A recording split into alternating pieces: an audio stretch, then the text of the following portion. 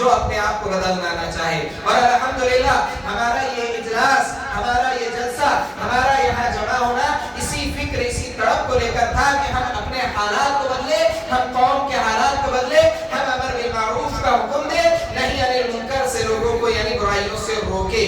اللہ رب العالمین سے دعا ہے اللہ رب العالمین کہنے سننے سے زیادہ عمل کرنے کی توفیق عطا فرمائے، شرک و بدعات سے ہماری حفاظت فرمائے، توحید و سنت کا پیغام صحیح طریقے سے دوسروں تک پہنچانے کی توفیق عطا فرمائے.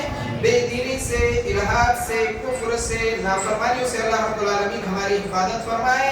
مسلمانوں کی جان کی، مال کی، عزت و آبرو کی حفاظت فرمائے. مساجد و مدارس کی حفاظت فرمائے. اسلامی شعائر کی حفاظت فرمائے. اسلام کا پیغام صحیح انداز، صحیح طریقے کے ساتھ دوسروں تک پہنچانے کی توفیق عطا فرمائے. جب تک زندہ رکھے، ایمان پر زندہ رکھے. جب خاتمہ ہو، خاتمہ بالخیر. آمین ثم آمین. وآخر دعوانا